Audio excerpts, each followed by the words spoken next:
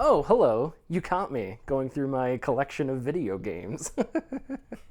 Is that a good way to start it? Hi, everybody. So, for a long time, I've wanted to do some kind of video about the importance of game preservation and physical copies and like game ownership and stuff like that. There are a lot of angles to approach that from, but I didn't really know how to approach it or what to do. It's something that's been in the news a lot, specifically with Switch 2 carts, which I won't get into now. There was a good Wired story I'll link to if you're interested in like what's going on with the situation behind Switch 2 carts, which I guess isn't even like a new thing necessarily. Just last year, the Video Game History Foundation did a study, and according to them, like 87% of classical video games are now just impossible to find. Physical copies of them are just impossible to find. So video games, with regards to like other forms of media, are a special case of preservation because they are a relatively new medium. Because physical editions of games, I don't know when the first physical game came out, but it was probably 70s, I would assume. And we've already lost a lot of them, which is just too bad. So yeah, I'm somebody that believes preservation of games is important, and it's a topic that I'm passionate about. So rather than trying to come up with like a long essay and do a bunch of research and do something with a lot of effort, I thought, hey, here's a fun idea. Why don't I just go through all of my physical games and talk about them and why I love them so much. That was the idea initially, and then I didn't realize how many physical games I actually have. I have way more than I thought I actually had, to the point where I got afraid that I may have to get rid of some, but hopefully that's not on the table for now.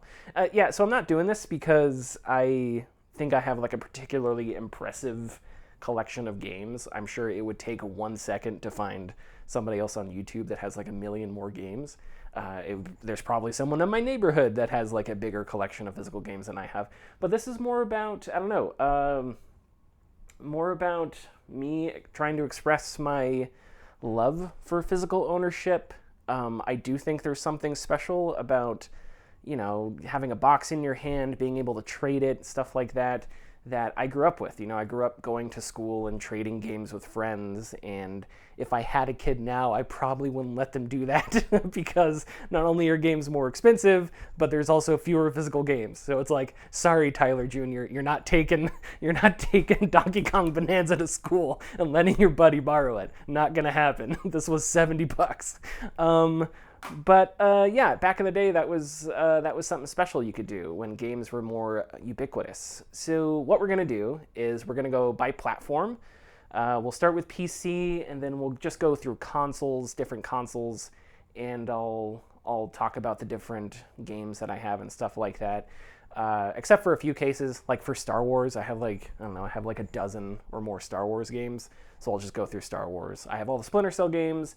I have a bunch of Halos over here, so we'll go by IP when it comes to those things. But other than that, I think what we'll do is we'll go by platform, and we'll go game by game.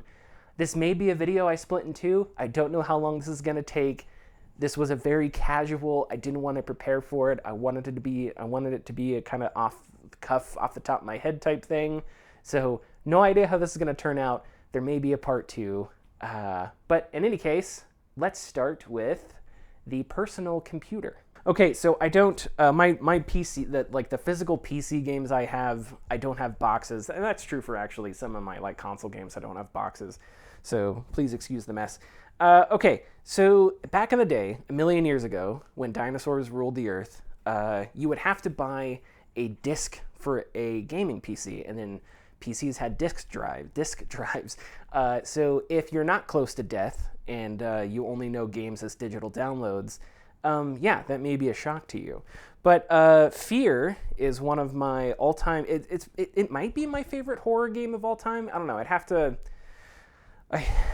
That question stresses me out like to an irrational degree. But Fear is definitely one of my favorite horror games of all time. I don't remember when I got this copy. It was $30 at the time, and I want to say it was like Fry's Electronics.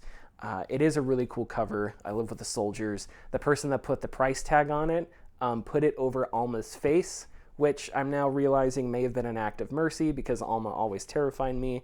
It has this open flap, and inside of it is one of these. I don't know how much you can tell. I may have to like do something in post, but it's got one of those jumping enemies that will like turn invisible, and that was scary as hell. But it was cool because you could slow down and you had a shotgun. So it was like a test of your reflexes and stuff. But I'm pretty sure that inside I have all of the discs still. I have the game key code, so I'm not going to show you that because you'll steal it from me. Just kidding. No, I'm missing one disc. That's okay because I'm pretty sure I have a copy on Steam. In any case, yeah, this is one of my favorites of all time. And it's the only PC game I have that has like an old school box copy, and PC Gamer gave it 92, which I would agree. It's a 92 is a rating I agree with. Over here, Star Wars fan favorites. So this has Battlefront, Battlefront 2, and Galactic Commando. Inside of it, I have a bunch. I have a bunch more Star Wars games. Jesus Christ. Let's see. I have okay. So that's Battlefront. There, I have Empire at War, the gold pack, which was an RTS. So Empire at War, if I remember correctly, I think it takes place during Return of the Jedi and then after Return of the Jedi. And this was the era of Star Wars where after Return of the Jedi, a bunch of shit happened because there were video games and books and comic books and there was no like single canon. And then Disney came in there and cleaned house and they were like, this is what happened after Return of the Jedi. And now we know that that is no better than the crazy stuff that took place during the 90s and the early 2000s. Yeah, that's Republic Commando and Battlefront. I'll talk about Battlefront when we get to the console games. And I realize I already broke my own rule here because I'm doing a Star Wars copy, and I'm going to do another Star Wars copy. So this is casual. I'm not beholden to the rules that I made up myself. Okay, so this Star Wars Rebel Assault 2, I have never played. I probably will never play it, and I've only had this box for, I don't know, 6 months. I have an aunt who is a librarian, and she has a bunch of like records in her home, like musical records and books and stuff like that. And I went to her house a couple months ago, and she was like, hey, do you want this? It's one of them video games that you and all the kids like. And I was like, hell yes, I want this. This is from like the 1990s, and it's got Rebel Assault 2 and Rebel Assault, and then inside of it, it has a bunch of other games. I forget what now. Let me see. It's got Dark Forces. So it's got the PC copy of Dark Forces, and then on the back, there's this cool little image of Jango Fett. Jango Fett. Jango Fett. You still hanging around with this loser? In like crosshairs, which is really neat for people like me that like cheesy images of Star Wars stuff. And then in here, yes, there is a fall 1998 catalog for LucasArts. So if you are interested in the upcoming catalog, or in the upcoming games of LucasArts in 1998, if you're going to do some time traveling, hit me up. I'll let you have this, so that way you can know what games they're going to be selling that year. There's Grim Fandango and Indiana Jones on the cover. And man, LucasArts was awesome. I can't get into that discussion, and this is going to be a pain to put away. There's also like all these documents, because back in the day, buying a PC game is like you were like installing something. Now on Steam, you click a button, it installs, and you're usually good to go. But back then, you would get like technical manuals. It was like you were operating a nuclear silo or something with like flowcharts of what to do and stuff like that. Back in the day, it was not as easy as plug in and play. But anyway, yeah, I love this stuff. Okay, so this like carrying case. This carrying case I've had since college. This is what I put my games into when I went to college. So a couple different dorms and stuff like that. I had movies and games in here, and since then I've taken some games out and put them in their boxes and stuff like that. But I do have some PC games in here. I have Section 8. I have no idea where the box is for these. Section 8, Games for Windows Live. If you remember that Microsoft attempt to try and do something with Vigi Games. I don't remember a lot of Section 8. I don't remember South Peak Games or Timegate. I don't know if one is the publisher and one is the developer.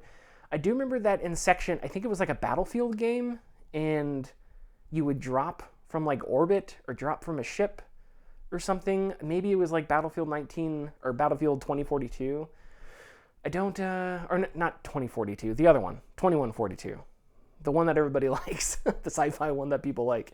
I don't remember. But anyway, I have it, so that's cool, I guess. I have a disc copy of the Battlefield 2 Complete Collection, which I believe means it came with like all the DLC and stuff like that. And man, Battlefield 2 was good. I remember I had a friend who worked at a church or something, and his PC was at the church. I don't remember why, but it was his gaming PC.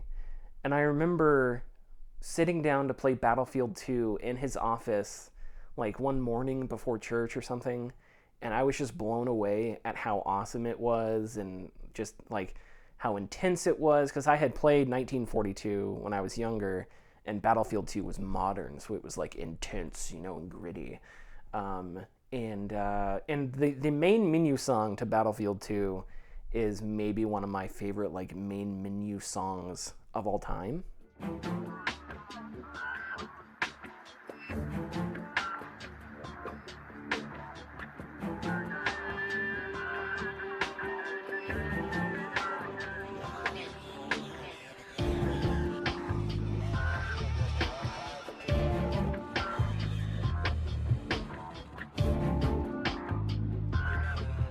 Battlefield 2 also, I already mentioned that it went modern, but I think that's important because I think we often credit Call of Duty 4, Call of Duty Modern Warfare, for like starting the modern warfare push. Not Call of Duty Modern Warfare, but just the genre, the trend. And I think it did, but yeah, Battlefield went there first, and I have the 360 version of Battlefield 2. So maybe that's an Xbox? I don't remember. There was Battlefield 2 Modern Combat, which was the console version, and I don't remember if that came out before or after the PC version of Battlefield 2. And I'm not even sure if they have the same developer, now that I'm mentioning that. But in any case, the point I'm trying to make is that Battlefield went modern before like your CODs or your Medal of Honors and stuff like that, which I think is an interesting little detail. Okay, so continuing on with PC here, I also have version 1.0 Blizzard Entertainment StarCraft, which when I was a child, I watched the intro to StarCraft Brood War, I think, which is the intro where the Space Marine is sitting in a trench and he tells, "Where's the air support?" And the other guy like just points at the ship in the sky, and they're wanting reinforcements, and the ship like turns away, and the Marine just shakes his head as the not Tyranids. Oh man, with Zerg. As the Zerg like encroach and are about to just, and that intro terrified me, but it made me really interested in StarCraft, and StarCraft was one of my first experiences on just playing just PC games. It was one of my first PC games. So I don't remember how I got this because I did not buy StarCraft. So I got this somehow years down the road, and yeah, I don't know if StarCraft needed another disc, so if I actually was able to like plug this into a CD drive to get it going, I don't know. But I have this somehow, and I'm going to keep it forever. Lord of the Rings, The Battle for Middle-earth. This is disc 4. I remember not liking this a whole lot. I remember getting it. I remember trying to play it. I don't know. I honestly have no idea if this is like well remembered or not. If Lord of the Rings video game fans liked The Battle for Middle-earth. I know it's an RTS. I remember playing as the dwarves, I think. But I just remember I didn't like it. Unless, you know what? Now that I remember, I think this was the RTS where it was like a hero. I think it was kind of like StarCraft. And I think like the single player mode, I'm pretty sure, because I'm pretty sure there are StarCraft missions where like you play as a hero, right? So I think this was the Lord of the Rings RTS where you played as heroes, like Gandalf and stuff, and you like move through little missions. That might be wrong, but I'm gonna assume I'm right. Let's see what's in here. Oh boy. Yep. Medal of Honor, Allied Assault. This is disc 1 of, I believe I have an Allied Assault copy. This one's pretty cool. It's got a dude with a bazooka who's like shooting a tank. So that's pretty awesome. Medal of Honor, Allied Assault, one of my early video game memories. My dad played it a lot. My brother and I would sit and play, and every moment I got to play Allied Assault, I cherished because I just thought it was the coolest game ever. I watched Band of Brothers, the very famous World War II TV series, about the 101st Airborne with my dad and my brother, and so I was a big like World War II history buff even as a little kid. I couldn't wait. Medal of Honor Allied Assault, I've done a video about it.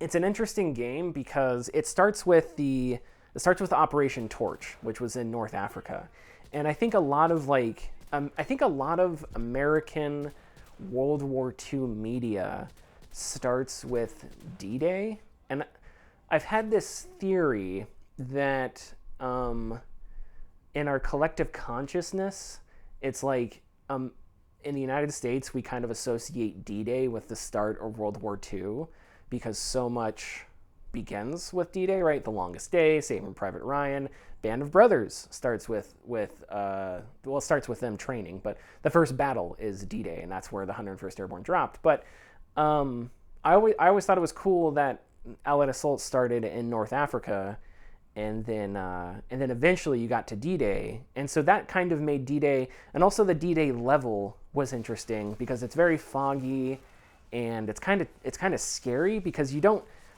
get out of a mic boat, or not a mic boat, a drop ship, I forget what they're called.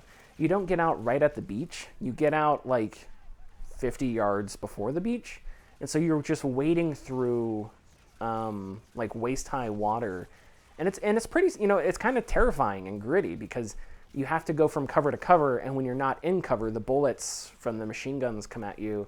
So it is like really intense, and it did something different than Spielberg did with Saving Private Ryan. And I think like nowadays, every beach scene either tries to escape Saving Private Ryan somehow, or like in Call of Duty or World War II, which I wasn't a huge fan of, it just does the beach scene. Whereas Medal of Honor Allied Assault, even coming out closer to when Saving Private Ryan came out, it took a different twist on the beach landing, which I think captured it in a different way. Still terrifying, but terrifying in a different way, in almost a horror way. And I thought that was effective and pretty neat. And Allied Assault, if you're my age, I think everybody grew up playing Allied Assault. And of course, this is another game with just a kick-ass soundtrack.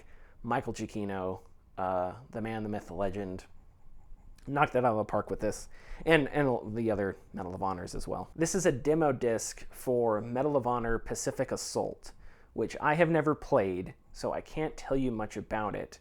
I've always wanted to play. It's probably on like GOG or maybe even Steam or something. I should probably pick it up and try it out. I don't know how good it is. I remember trying the demo, but as a kid, but I don't remember. The Pacific Theater is another one of those things that I think gets overlooked. Again, because we associate, and this is a theory, maybe I'm wrong, but we associate sort of D-Day with the beginning of World War II. It's the Battle of Guadalcanal took place, I think it was Guadalcanal in 1942. So there were already large battles in the Pacific, let alone land battles, even naval battles in the Pacific that were super important to the war that took place before D-Day. And video games and World War II media kind of forget about that, or they kind of gloss over it, and D-Day is the big set piece. But in any case, this is the expansion pack. So again, if you are not on the verge of death as I am as an old man, expansion packs were a thing that you would buy, and you have to go to the store, and it was just essentially a DLC, but you had to own the original game to have it, just like DLCs now. I'm explaining, I'm sure most people watching this probably understand that, and I just explained it to you like you're my niece. I'm sorry. But Medal of Honor Breakthrough was North Africa, and there's a really cool level where you, I don't remember if it was Kazarine Pass or what, but there's a dust storm, and you kind of have to run through the dust storm, and it's all windy, and there's like craters and stuff, very intense, and a really neat way of doing like a, the Medal of Honor Allied Assault was like the first, and the people that made Allied Assault, I don't know if Vin Sampella was a part of that team, but I'm pretty sure they went on to form the studio that made Modern Warfare, I think. That may be incorrect, but I'm pretty sure Medal of Honor Allied Assault had something to do with like later Call of Duties.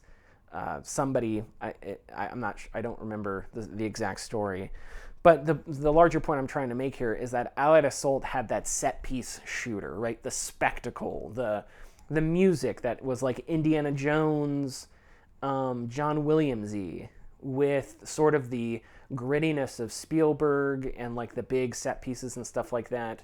If you've never played Allied Assault, I'd really recommend it. Really solid shooter. The expansions are okay. They get really difficult for like some strange reason. But turn down the difficulty. Open a drink, get a beverage, sit back and play, and it's pretty cool. Speaking of Call of Duty, this is the original Call of Duty for PC, made by Treyarch. So, what Call of Duty did, the first one, to set it apart from Medal of Honor, and I've said this in a few different like little videos I've made, is Medal of Honor going with its spectacleness and like its big set pieces and stuff like that. Call of Duty's big thing was about showing you the war, World War II, from different perspectives. So the original Call of Duty, you start as a Pathfinder, which were the guys that dropped before the Airborne during D-Day. And then you went to the Battle of Stalingrad at one point, which was before D-Day. And you also played as British, I don't think they were British commandos, which I think now would be considered SAS. I'm not an expert. Please tell me in the comments and argue. Give me engagement.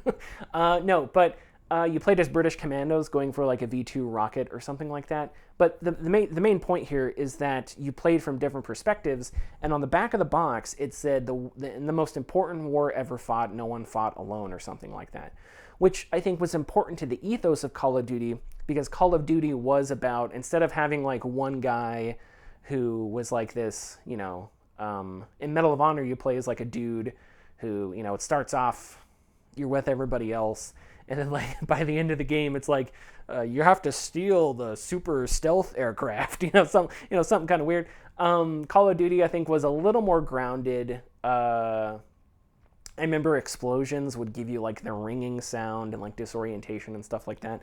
A fun story about Call of Duty is I remember when my dad got us a gaming PC one year. This may have been Christmas. He did the classic classic video game thing. He set up the PC and he had Call of Duty installed. And my brother and I got up, went into the kitchen, and we saw it there, and he was all excited, and we got all excited.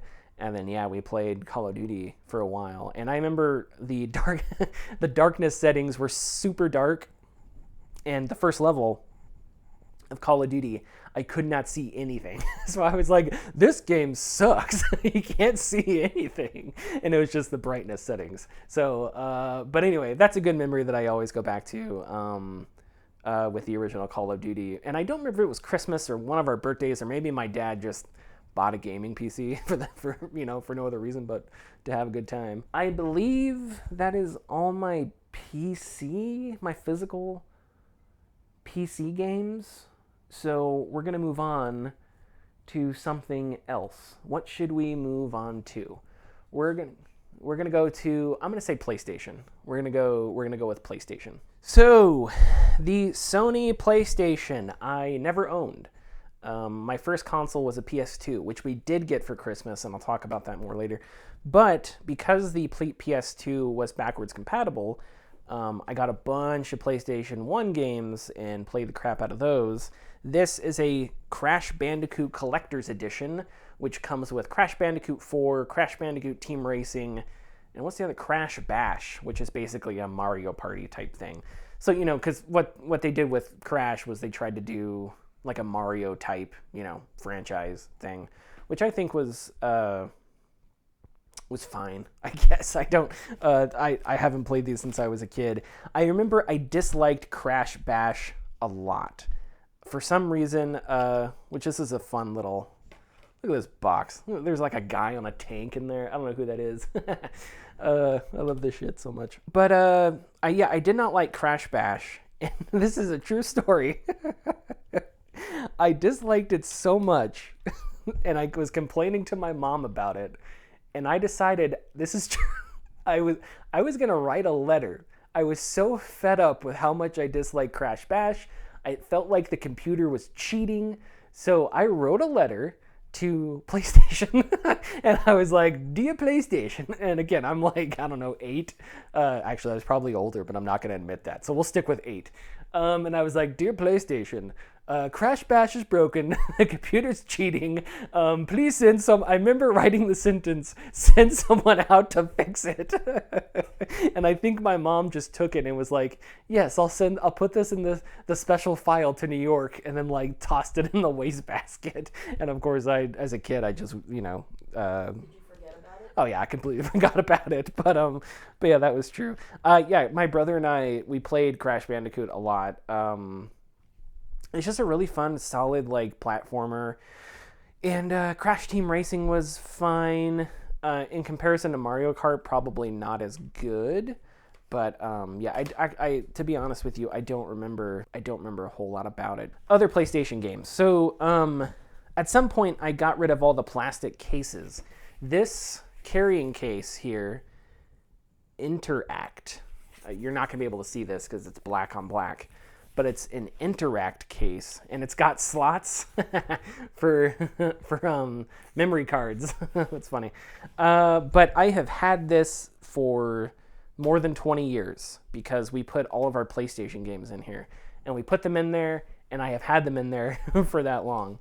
But yeah, I do have a few games in here, just the discs. Hydro Thunder by Midway. So if you ever went to a pizza parlor in the past 25 years, anywhere in the United States of America, probably Europe, you probably played the arcade version of Hydro Thunder, which was like, you know, it's like the arcade with like the hand. I think it had handles. But they also, I don't know if this is like, if the PlayStation version is the same or how it's different. But I remember liking this game a lot. I don't remember a whole lot of it. And that'd be a fun one to go back to, actually, at some point. Looney Tunes Sheep Raider. All right, so Looney Tunes Sheep Raider, starring Ralph Wolf and Sam Sheepdog. So this is a game where you play as, that's Wile E. Coyote, right? Yeah, that's Wile E. Coyote. You play as Wile E. Coyote, and you're trying to steal sheep from the sheepdog, and this may be why I love stealth games. I don't know. And I honestly don't know if this was like a ripoff of another IP or something like that. But the entire premise of the game is it was like a platformer, and you would steal the sheep from the sheepdog. And there was even like the sheepdog, there was like a head at the corner of the screen that would look back and forth.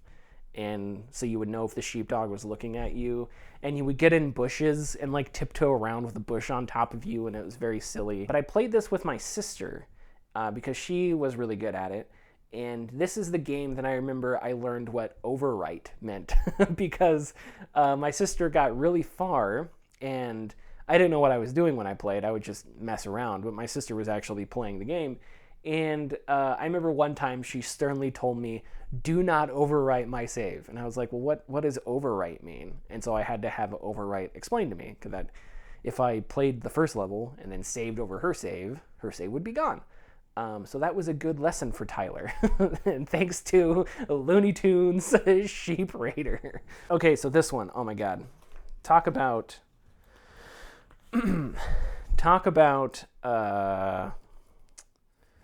soundtracks. NBA In the Zone 98, Konami. I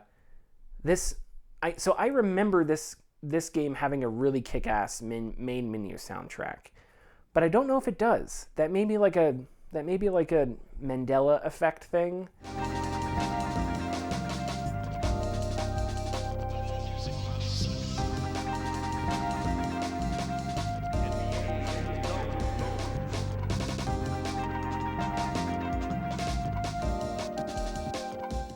And this is something I take great shame in because I'm usually really good at telling you who was on the cover of sports games. It's a stupid parlor trick and except for like soccer and NHL, so maybe I'm a fraud. But when it comes to like even older college basketball games, I'm like okay at. But most sports games, I think I'm pretty good at telling you who was on the cover. I have no idea who this is. Charlotte, this would be the Charlotte I don't know what they were in the 90s. Were they the Hornets back then? Bobcats or Hornets? I don't remember. But this is 41 for Charlotte, 1998. Basketballreference.com. I could look it up right now, but I'm not going to. But please tell me who this is, because I don't know what player. He's about to take a shot, so it looks like he may be at the foul line. And also, in this game, I don't really have like favorite athletes, but when I was a kid, my favorite athlete was Allen Houston of the New York Knicks. And the reason he was my favorite athlete, or my favorite basketball player, is because when you make a shot with him in this, the PA announcer goes, Allen Houston! Allen Houston! For some reason, I thought that was just the coolest thing ever. So I decided he was my favorite player for the Knicks. Army-Men, Sarge's Heroes.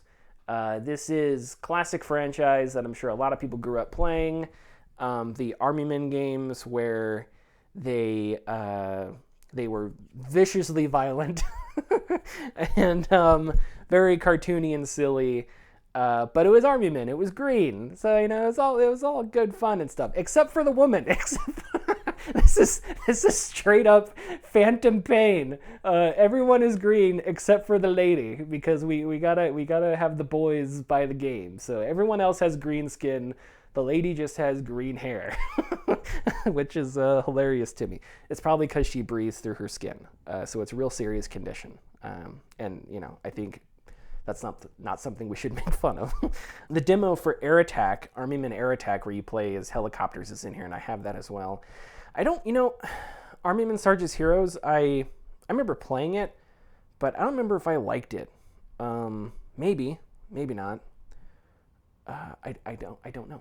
This is just the equivalent of that scene in Monsters, Inc. when Boo, when Sully walks in and Sully's like, that's very nice. And Boo's like, look at Tiche. Army-Men Air Attack. Yes, I love this cover so much. So this must have been, I don't know what happened to it, because the cover is like blue, and I don't know why. I'm not sure if it got sunburnt or something.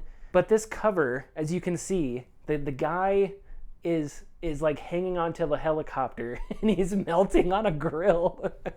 And that's just like, oh my God, that's such a horrible way to go. Like your legs are melting off as you're holding onto a helicopter. And it's so funny that behind it is just hot dogs. That's just a perfect encapsulation of like the Army-Men's sense of humor. Is this like horrific death? Meanwhile, there's a couple dogs being grilled behind him. And it's just, I don't know. I may be the only person in the universe that finds that just the funniest thing ever. My brother and I love this game.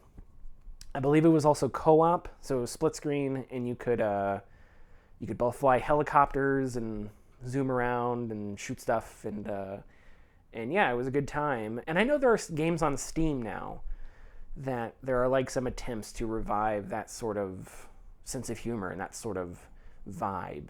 And so maybe I should, like every other game on Steam, maybe I should pick it up and try it, All right, so this is like a bizarre Army Men game. So this is Army Men World War. And Army Men World War is different because I don't remember it being silly. I remember it being like relatively realistic. Not realistic in that like it is a realistic game, but it like attempted to be grounded, where it was like, instead of being silly, it was like a real war, but with army men. That was the only real difference.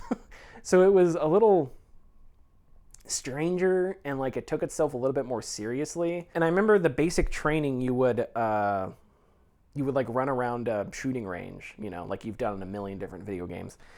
And you'd shoot the rifles and toss grenades. And I remember as a kid, I was like, my dad was in the Marine Corps.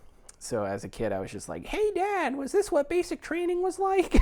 And he was like, no. But I was like, it makes sense to me. You practice with guns, you throw some grenades, and then, yeah, basic training. Yeah, it's all you got to do. I'm sure that's what the American military did in the 1970s.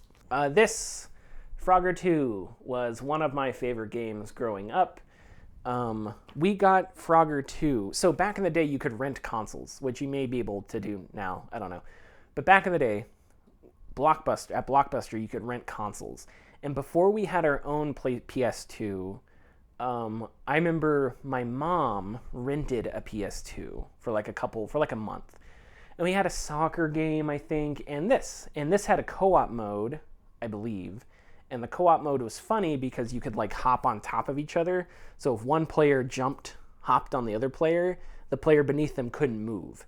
So we would do mean things to each other because there are levels with like lawnmowers and stuff, and we would like hop on top of each other, and then and the lawnmower would eat us both, and we'd get mad at each other for doing that or whatever. But I played the crap out of this just because it was a fun little platformer. Swampy's Revenge. I don't know who that is. I don't want to know who Swampy is and why he wants revenge. But this is another game that is like viciously violent because Frogger, look, the cover has Frogger inside the mouth of an alligator. Like, Jesus Christ. Like this Frogger guy has a smile on. He's like, woo, kids, Frogger. And meanwhile, he's about to be eaten alive. and like so many, you could get run over on Frogger. Lawnmowers, there were like hornets or something that would sting Frogger. Like, Jesus Christ, now that I'm thinking about it, like, it was like the most violent game. All these horrific mutilations that could happen to the cutest frog in the world. But in any case. All right, I remember one thing about this. This is just called Snowboarding by AI Games. Snowboarding, as far as I can tell. That's the name. Snowboarding, the game. Not even the game. But I remember not liking it. And I remember my mom brought it home for my brother and I. And I remember telling my mom, I don't think I like it. And she was like, that's okay. But I kept it anyway. I don't know, maybe I'll try it again. And I don't remember anything about it. It may be one of those games that is like actually really good. And like if I search it online, everybody's like, oh man, Snowboarding by AI Games, distributed exclusively by Tomo. That was the best. And I'm just like, that game was a piece of shit. But I really don't remember. But I just remember I didn't like it. Hey, speaking of Monsters, Inc. Scream Team. I believe this is like a platformer. Something like that. Yeah, and I don't remember a whole lot of it. I remember playing it and having fun. But other than that, I don't really remember a whole lot of it. Yeah, so we're gonna move on. VR Sports Powerboat Racing. I don't know a whole lot about this. I don't even know if I liked it. I wonder what happened with VR Sports. I assume they probably went under at some point. Yeah, I don't know anything about this. I don't remember playing it. So yeah. So we're going to do PlayStation 2 now, starting with Guitar Hero 2, which was a game that I absolutely played the shit out of when it came out. And I absolutely loved it. And my brother and I would spend hours playing Guitar Hero 2, And I remember people brought it to school, and we turned up the speakers on a TV really loudly and played it. I don't remember much else. Max Payne by Remedy. I played through the first Max Payne years ago. I enjoyed it. Never went back to it. I have not played Max Payne 2 or Max Payne 3. I really want to, especially since there's a Max Payne remake in the works, right? Something like that. I don't remember. I really enjoyed the first Max Payne. And actually, there's a funny story if I can find the other. So yeah, I have Max Payne 2 for the Xbox, The Fall of Max Payne, and I just love this cover. I don't know what it is about it. It's just, I don't know, the black and white, the Max, and I don't know what the woman's name is because again I haven't played it, even though I own a copy of it. But just, I don't know, that cover. I love that cover so much. Because I know like Max Payne is like noir and all that stuff, and it's just so evocative of like the and of course it's the fall of Max Payne, but it's so evocative of like the romantic. Like, okay, I don't know what the game is about, but with the subtitle and with the cover, it looks like it's a romantic tragedy, which seems awesome, like a romantic cop tragedy, something. I don't know. I'm sure there are people going nuts that have played Max Payne 2 like a million times, and I'm like, no, it's not about that at all. They hate each other. Sorry, I don't know. But anyway, okay, but I do have a story about that. I also have a copy of Max Payne for the Xbox. I don't know why I have two copies of Max Payne, one for the Xbox and one for the PlayStation. I don't know. But I also have a unopened copy. Here it is. Max Payne 3, which I've never played this one either. I hear people like it. I really need to play it, especially before the remake comes out. But yeah, this was unopened. Okay, so there's a story about why this is unopened. So, in around 2012, I got a PS3. So okay, I'm explaining this just horrifically. So between the years of like 2009 and 2015, I played video games at a much lower rate. And that was because at the time I played sports in high school and I played sports in college a little bit. So that was a huge like time sink. So I just didn't have the time to play a lot of games. And that's going to be a recurring theme as we get later on in some of these games. But in like 2012, 13, I finally got a PS3. And it wasn't like the original kind. It was the kind that had the tray that slides open, the smaller one. I finally got a PS3. And so I was like, hell yeah, I'm going to get all these games that I've heard about that I've never played. So I'm going to get Uncharted, I'm going to get Infamous, etc., etc. And I did. But one of those games was, I wanted to play Max Payne 3. So I got it for the PS3. But how I got it was a Christmas morning. And I don't remember the story. But this was when I was in like my early 20s somewhere, which is important. Because I remember it was Christmas morning and we were all opening, it was like when we were done opening gifts. And so we were all going to like, people are going to start cooking food and we're going to have a fun, chill time, whatever. And somehow I sat down with my dad and somehow I got onto the topic of games I wanted to play. I don't even know how we got here. But in any case, I mentioned Max Payne. And so my dad had his laptop and he opened Amazon and he was like, my dad was from New Jersey. So he was like, oh, which games, what games do you want? Tell me, let's see if we can find them. So again, this sounds like I'm like 6. And he's like, come here, son. But I was like 24 at the time. But it didn't matter because it was Christmas morning and I was in my PJs sitting next to my dad. But anyway, so he ordered the Max Payne games and he was like, oh yeah, you want these? Oh sure. And he got the Max Payne games. And so I was really excited because I never played any of them and I wanted to go back and play them. So that's how I got Max Payne 3, was via Amazon on an order one Christmas morning. I have never played it though. And now if I do play it, I'm probably going to get a Steam copy because I assume on PC it runs a lot better. But I have an unopened copy that I will cherish forever. Okay, moving on with PlayStation 2 games. Dragon Ball Z, Budokai 2. I am not a huge Dragon Ball Z fan.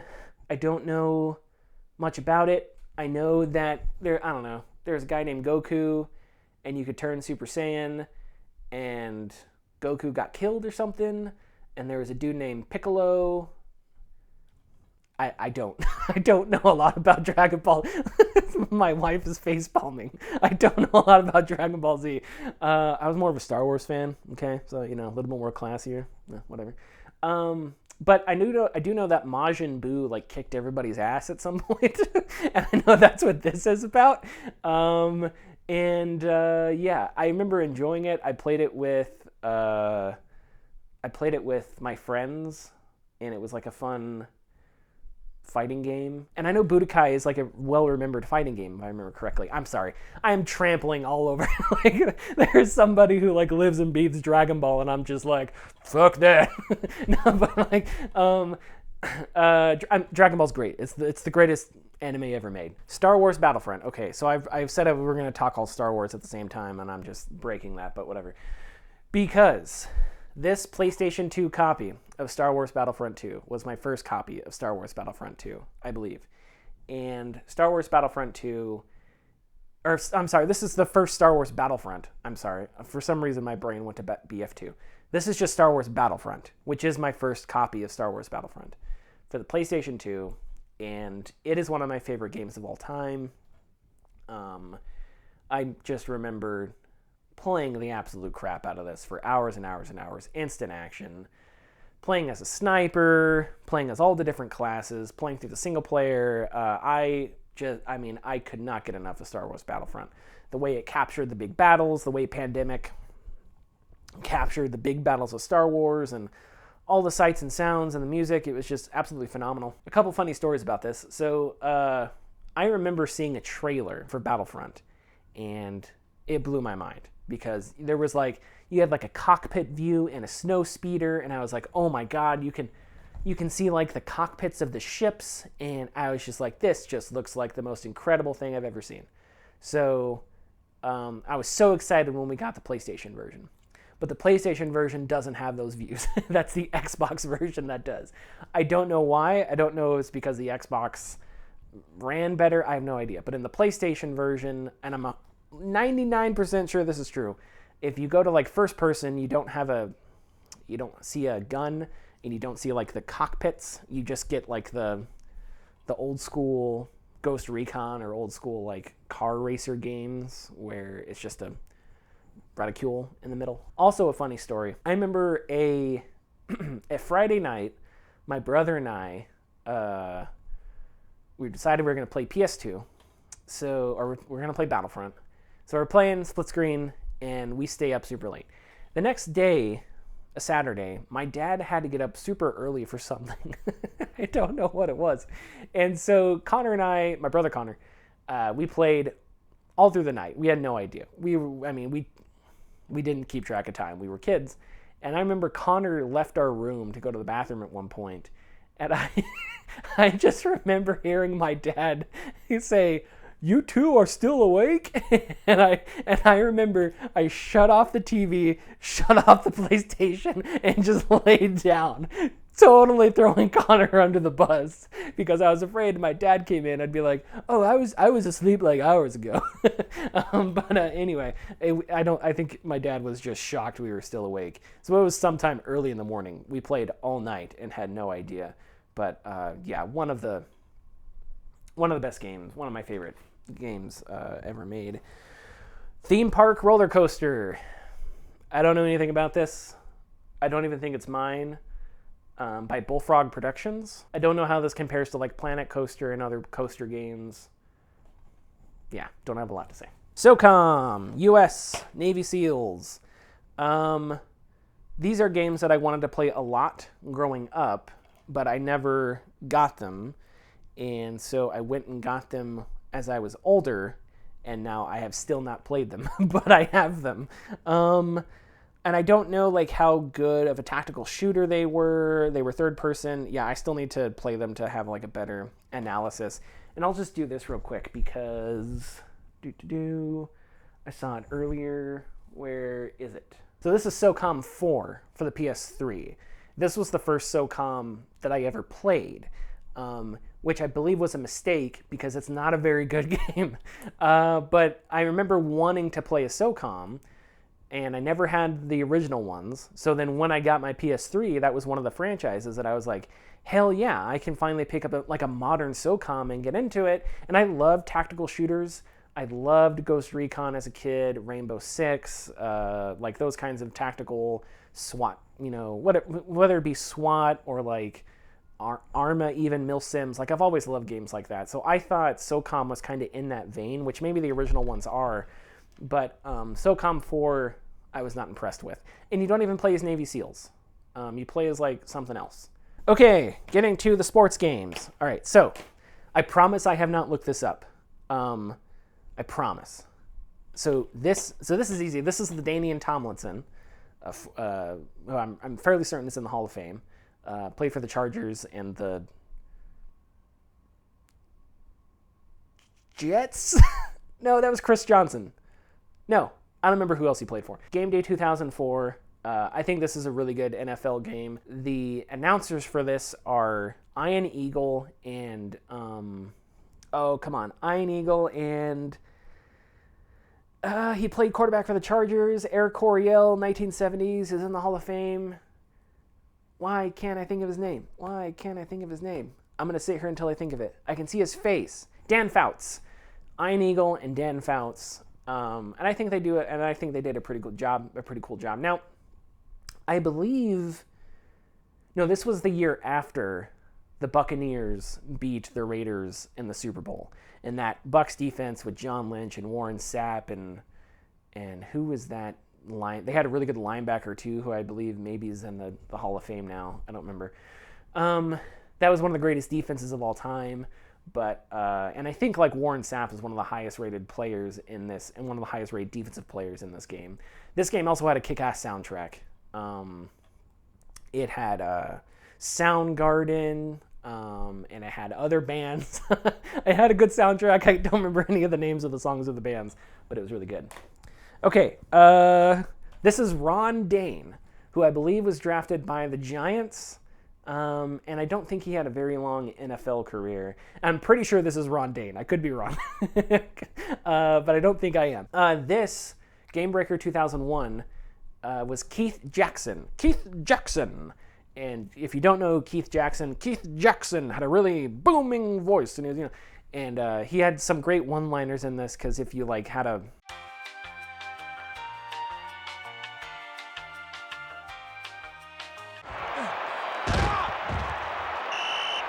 You may not want them sitting next to you on a plane, but when you're a running back, the big guys up front are your best friends.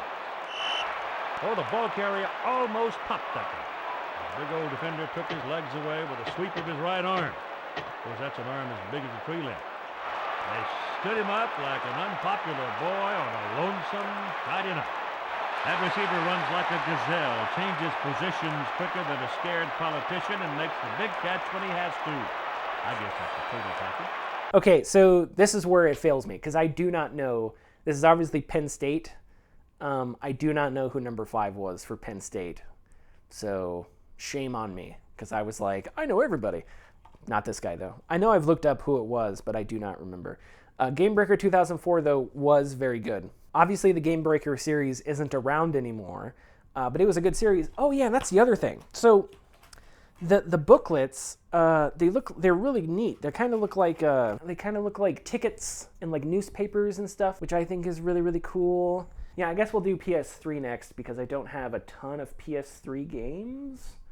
I mean, I have a solid amount, but like in terms of like compared to like my 360 stuff, I don't have a lot. So we'll start with this, Metal Gear Solid. You probably haven't heard of it. Very niche, very small series. The games are not very long. There's no dialogue at all. And in terms of like gameplay, forgettable mostly. Yeah, that's okay. Sorry. Metal Gear Solid. So Metal Gear Solid was a series that I did not grow up playing. I watched other people play, And I was like, what kind of fucking game is this? Because games to me were like sports and shooters. And then Metal Gear Solid is like, can love bloom on a battlefield? And I'm like, what the fuck? As like a kid, I'm like, what kind of shit is this? But I always knew that like Metal Gear Solid was special, but I just didn't have it growing up. So again, because for a long time, Metal Gear was a PlayStation exclusive, when I got the PS3, I was like, hell yeah, I'm going to play through Metal Gear Solid 4, which requires playing through all the other Metal Gear Solids. So, and I actually played, because this comes with Metal Gear and Metal Gear 2 Solid Snake, which technically precedes Metal Gear Solid. But, so I actually played through Metal Gear, the original, for the PSX, or what was the original Metal Gear on? I don't remember. But yeah, this includes Metal Gear Solid Peace Walker. This is as you can see, this is the Legacy Collection that came out like, I don't know, maybe a decade ago or so. And it's got this really neat booklet. I know you're not going to be able to see, but like a lot of cool art and different stuff. I mean, just some of these posters are just fucking awesome. So yeah, that's really cool. So my favorite Metal Gear Solid, I know, I'm basic. I'm like, when it comes to Metal Gear Solid, I'm like, pumpkin spice latte. that's like my taste, I guess. Because my favorite is Metal Gear Solid 3, which is like, boo, boring. All the connoisseurs are like, MGS2 is the best, of course, which I get. But yeah, my favorite's probably MGS3. The Metal Gear Solid 5, which I don't have a physical copy of, is probably the best just from a gameplay perspective, but I don't know if the characters in the story just aren't all that interesting, and it deviates away from a lot of the camp and a lot of the character building that made the previous Splinter Cell so good. But I would love to play through the Metal Gear Solids again. The only Metal Gear Solid that I've played through more than once is Metal Gear 2. And Metal Gear 2 is very special. It is really good. It is very strange. It is very surreal. And I think a lot of people may consider that Hideo Kojima's masterpiece. I don't know, we could have a debate if you want. But yeah, so I love Metal Gear Solid, but I'm not somebody who can like sit here and tell you the ins and outs of the entire franchise. Okay, so this was another series that I didn't play and I wanted to get into once I got my PlayStation 3. Resistance, Fall of Man. And I don't like it. I mean, it was fine. I remember it had a co-op mode, and I begged my brother to play with me because I wanted to play it co-op, and my brother hated it. He hated it so much because Resistance was kind of like so Killzone and Resistance, I think were both PlayStation. I don't know. This is probably like an oversimplified way of putting it, but Killzone and Resistance, I think, were both in some ways PlayStation's like response to like a Halo type thing, right? But Resistance actually had vehicles in it, which I don't believe Killzone did. I think Killzone maybe had like mechs at one point, but not like in the way where Halo has like Warthog levels or tank levels or whatever. This did. Now, the idea of like alien attack meshing with World War II, I love that idea. I think there's a lot of potential for stuff like that. Weird World War II stuff, kind of like Wolfenstein. I remember thinking it was fine. It was okay. I haven't played the Resistance games since. I would like to go back and play them. But yeah, I just need to find the time. And yeah, Mirror's Edge for the PlayStation 3. I never finished this, not because I disliked it, but I think it's just something else came up and I had to do other things or whatever. But I remember really liking Mirror's Edge. Mirror's Edge, I think, is well remembered. It's something different, something unique, something that I think still hasn't really been done. But yeah, I think it's one of those games. This and the sequel, which I don't believe I have played, are games that are extremely well remembered, and I think people would love to see some kind of like. I don't think there's ever been a remake or like an HD remaster of the Mirror's Edge games. I don't think. Could be wrong, but I don't think so. But I remember playing this on the PS3 and really enjoying it and really thinking it was cool and loving the idea of like parkour and disarming enemies and stuff like that. And I would love to do that again. There's just something, there was something surreal about Mirror's Edge. Just the way that everything was like bright and futuristic and the colors were like, bright, and then the red stood out, and that helped you decide where to go and stuff like that. I would love to go back and play this again. Dark Souls for the PS3, the original Dark Souls.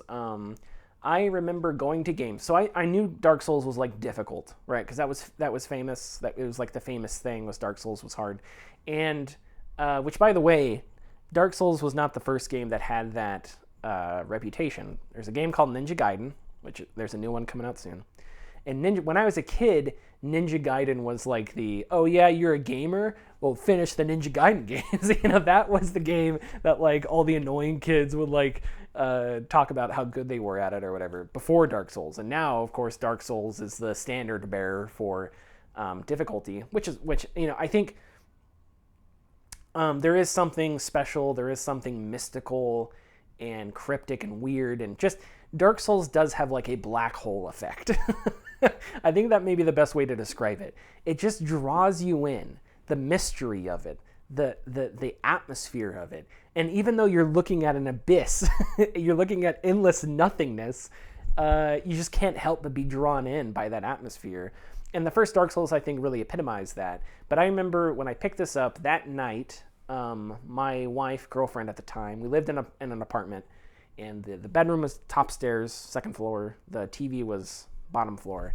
And I remember she went upstairs to go to bed, so I popped this into the PS3. I was like, okay, I'm going to try this out. I built my character, and I remember the music, very mysterious, very dark fantasy, and I had no idea what was in store for me.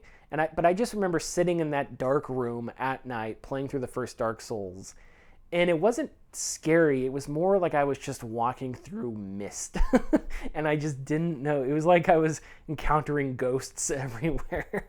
But that was really neat, and I got pretty far into it. I never finished it. Dark Souls, we'll talk about this with Elden Ring. I really have to be in the mood. I'm not somebody that, I will smash my face into a wall a couple times, and then I kind of get over it. Some people love smashing their face into a wall, and that's fine. That's cool, whatever. I do remember that I picked up the ring that said very slow health regeneration, and I was like, I don't care. I'll pick up this ring and I'll I don't know, make a snack while my health regenerates.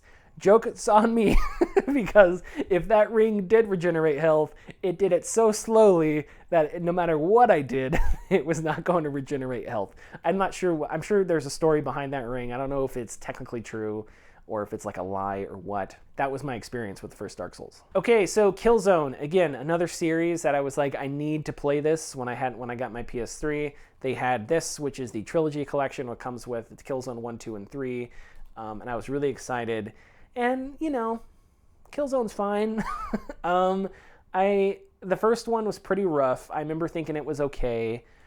After that, I think the best one was probably either 2 or 3. I don't remember which one it was, but I was really excited for it because I always wanted to play Killzone. I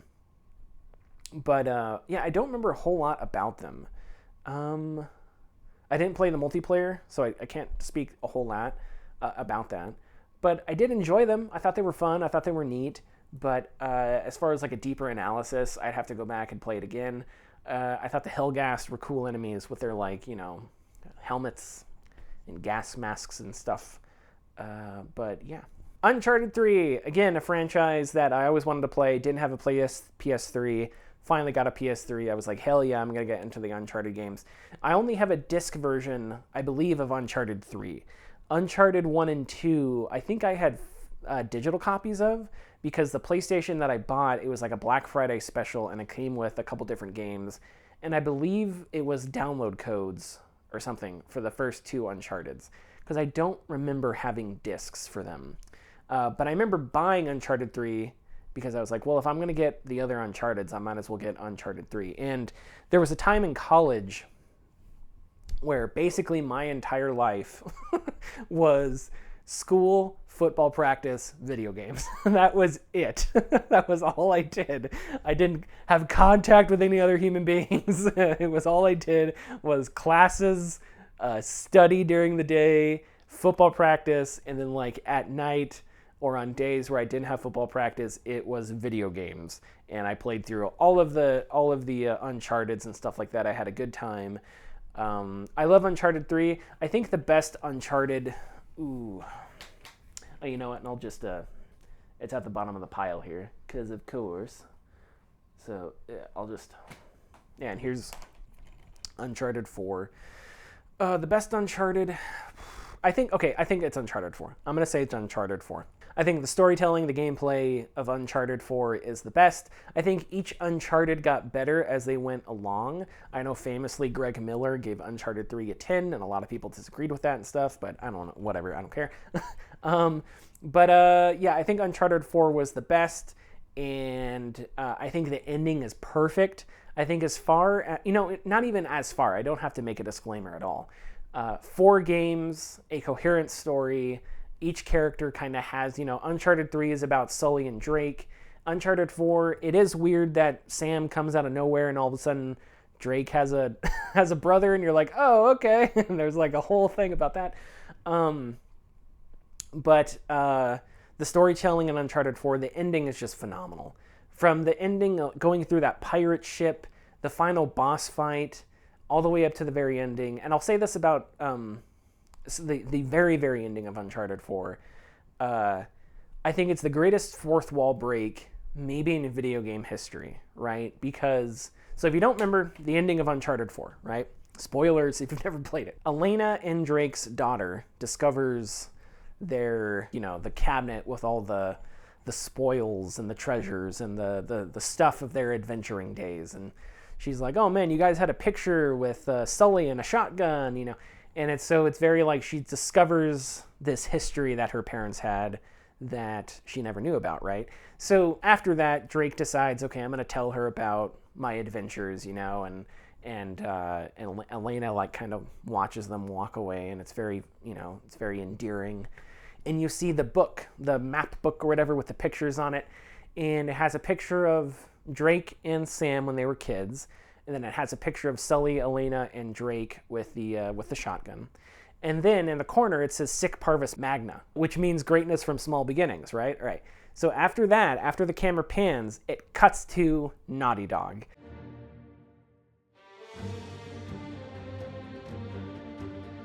I think that's the greatest fourth wall break in the history of video games, because that is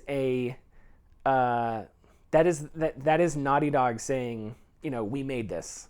And you see where they started from, because at the beginning of that sequence, their daughter, who the name is escaping me at the moment, she is playing Crash Bandicoot, right? So you have like a little Crash Bandicoot minigame. So it even sort of illustrates like that's where Naughty Dog came from.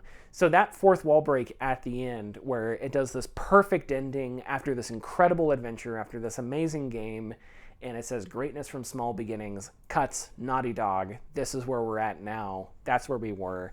God, just what a phenomenal ending for a series.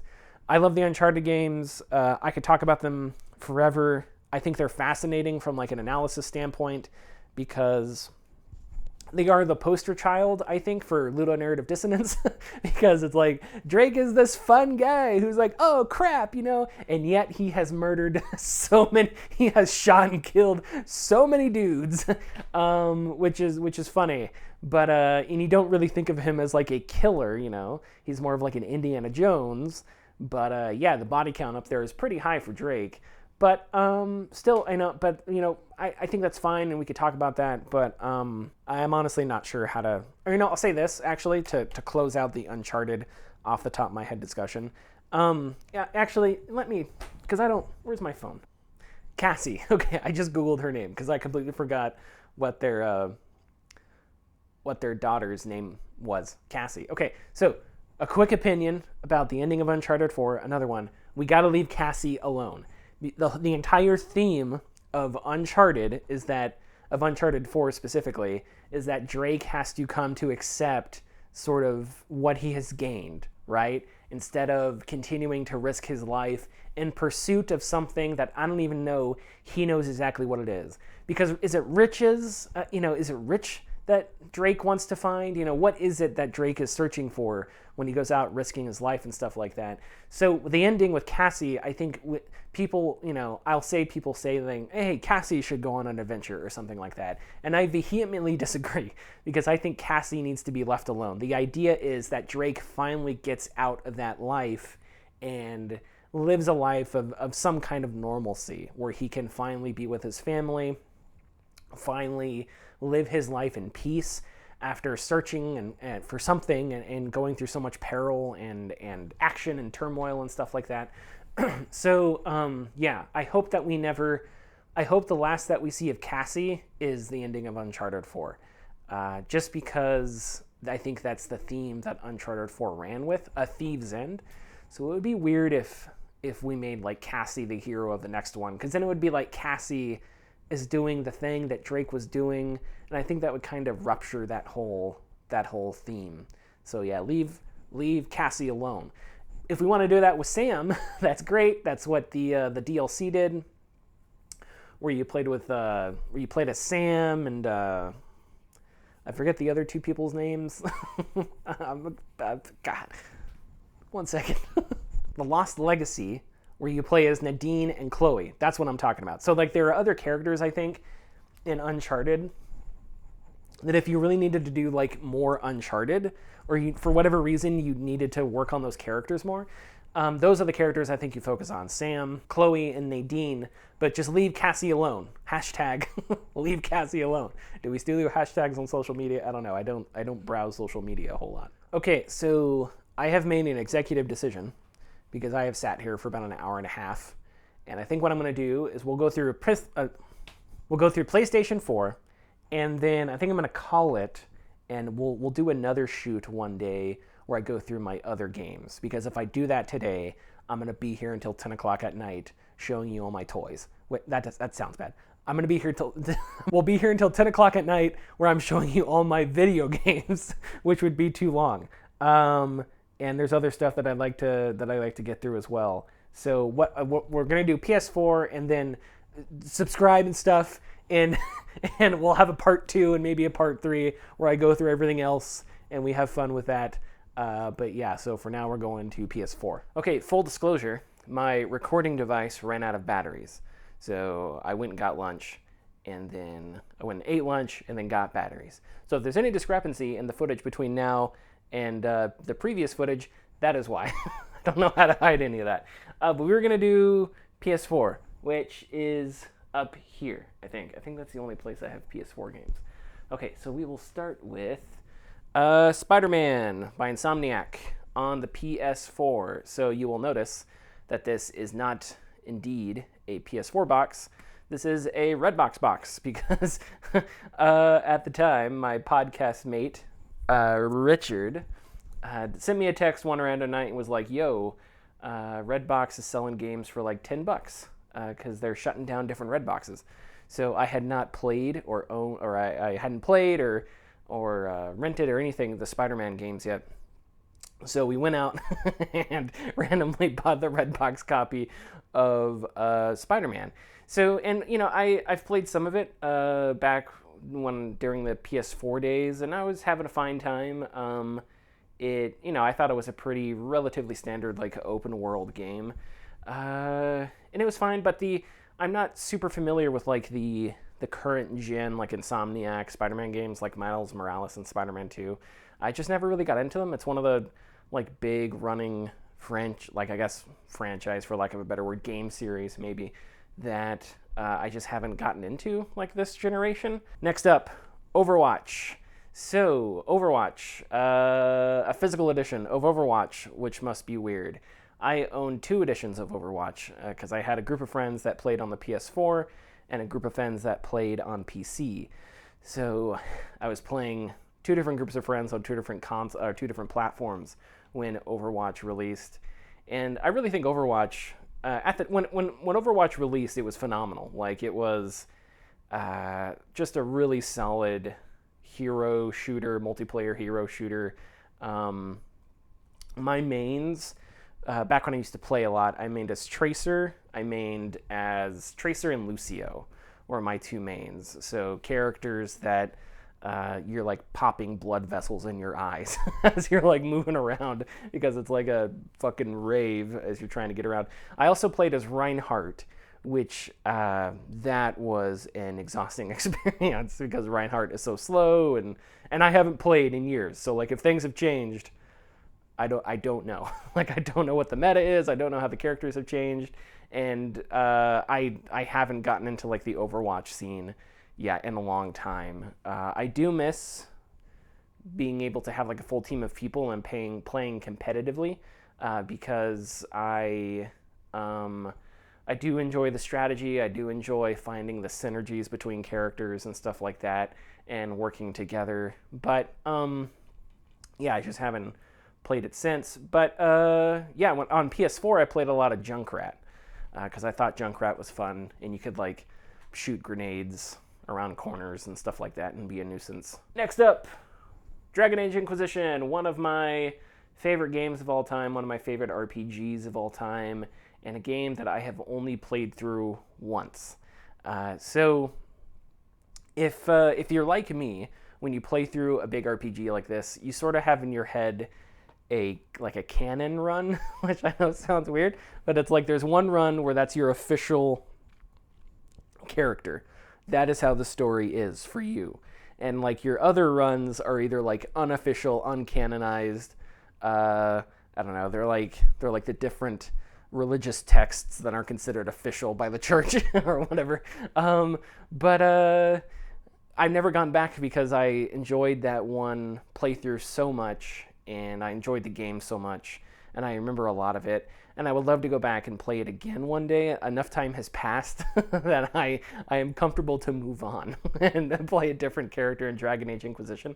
But it's just such a long game. And also I've got the here it is. I've got the Game of the Year edition as well because after I had played through, these are gonna fall over. I'll cut this out, don't worry. After I had played through the base game, I was gonna pick up all the DLC. Because I didn't play it until like a year or so after it came out. But I was at GameStop and the Game of the Year edition was actually cheaper than buying all the DLC outright. So I just bought the Game of the Year edition and went from there. So if you want a copy of Dragon Age Inquisition, send me a P.O. box. I'll send it to you. I was an elf warrior, which was funny because the elves in Dragon Age are all like skinny and lanky, and I was carrying like a gigantic hammer, so I thought that was kind of really funny. So we'll get to Dragon Age Veilguard in a little bit, which I have a bunch of different feelings on, as does the rest of the internet. What was your character's name and who did you romance? My character's name was Lucy, and I romanced Josephina in Inquisition. So, and of course, I have this irrational like, if I ever played through Inquisition again, I would feel bad about romancing somebody else. I don't know. So if I ever did it again, I'd probably romance her once again.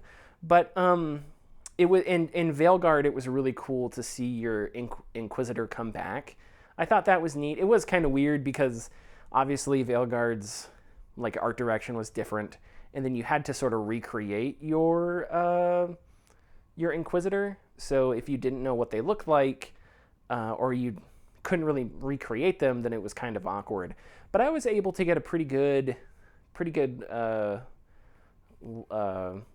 symmetry, and it was cool to hear that voice actress again do the voice for the Inquisitor. So in my mind, I was like, yeah, this is close enough that it kind of feels like this is a continuation of my Inquisitor, and that was really neat because it was a character that I played a ton, obviously, in the game with. I spent a lot of hours with. And I think that's an interesting bit of like RPG, I don't know, ludology, if that's the only word I can think of at the top of my head, is like when you play a game where you can create a character and you can play them so many different ways, the character that you experience is like exists in your head in a lot of ways, I think.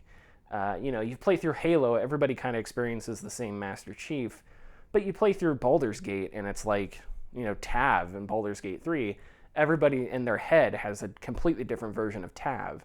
And I think that's kind of a fascinating thing because we're all walking around with like specific characters that we partially created that we view a game through, a lens that we view a game through. And I think that's really neat, and it's an interesting way of like talking about games and talking about role playing and stuff like that. In any case, Dragon Age Inquisition, one of my favorite games of all time, and as with every other game I'm going to talk about today, I really need to go back to it. Okay, Assassin's Creed 4 Black Flag, which is a lot of people's like favorite Assassin's Creed. At least it was at one point. I don't know if there's been another Assassin's Creed that has like taken the cake since. And I'm going to say something that may shock you. I didn't play this very much, and not because I didn't like it. To explain a little bit of my personal history with Assassin's Creed, I played an absolute crap ton of Assassin's Creed when the series began. So I think it was like 2007, and that was when the first Assassin's Creed came out, which I thought, somewhere, but I don't see it right now. That was when the first Assassin's Creed came out, and then after that there was Assassin's Creed 2, Brotherhood, Revelations, and Assassin's Creed 3. And I don't know what order those, 2 goes before 3, obviously, but I don't know what order Revelations and Brotherhood are in. But I played through all of them because I really loved the Assassin's Creed series. And it was Thanksgiving 2012, I think. No, Thanksgiving 2011. I was in a dorm room at the time in another state away from home, and I wasn't going to fly back for Thanksgiving. So I sat in my dorm room while the school was basically vacated. It was a small school, so it wasn't like there was thousands and thousands of students there anyway. But the school was basically vacated, and the building that I was in was pretty much empty, me and a few other people staying there. But I was in my room by myself. And so for 4 days over Thanksgiving break, because I didn't fly back home, my life was Battlefield 3 and Assassin's Creed Revelations, just alternating back and forth. That and Hot Pockets, which I could do in my early 20s. Now I would probably die, like, is it John Hurt dies in Alien? Like, I think it would be that bad of a reaction. But, so I played a lot of, back to the point. I played a lot of Assassin's Creeds, and then once 4 came out, I liked that they leaned into the naval combat, because that was obviously something that I think a lot of people liked in Assassin's Creed 3, but I was just so burnt out of Assassin's Creed that I just wasn't able to go back for a long time. So yeah, here's my copy of Assassin's Creed Brotherhood, which I do not remember. Was this the one that took place in Rome? Yeah, because this is the one where you like... I think it was Rome. I don't know for sure, though. And I don't know what happened to my copy of Revelations. It's somewhere. Looking through all my games for this, I realized that a lot of games, I am missing games that I own. And I'm missing boxes, so I have more games than is actually around me. But in any case, so yeah, I played Brotherhood, and I liked Brotherhood and Revelations. I remember enjoying them a lot. So after not playing through Assassin's Creed 4, and I played it for a bit, and I was just so, like, burnt out on Assassin's Creed, I didn't play Assassin's Creed for a long time. That is until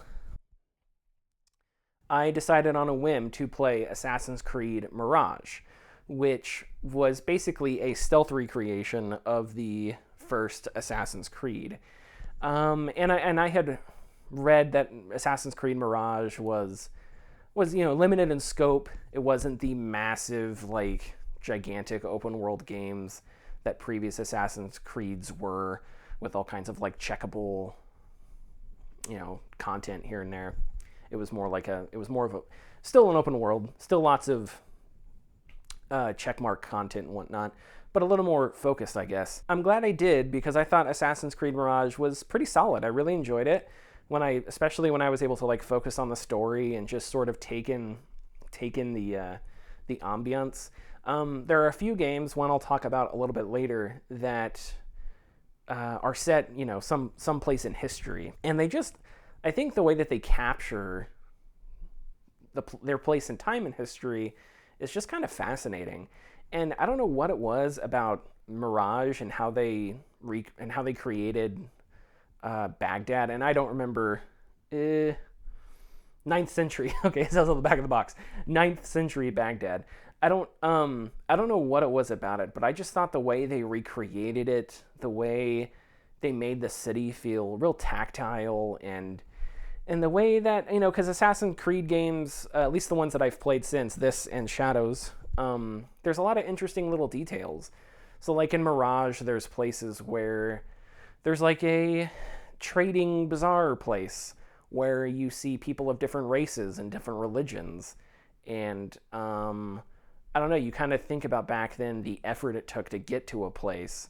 So it's like if you saw somebody who was wearing a cross, around their neck, like that was, I think, I'm not a history expert, but I'm going to assume that was more rare than it is today, just because the effort it would take to travel places, right, in the 9th century.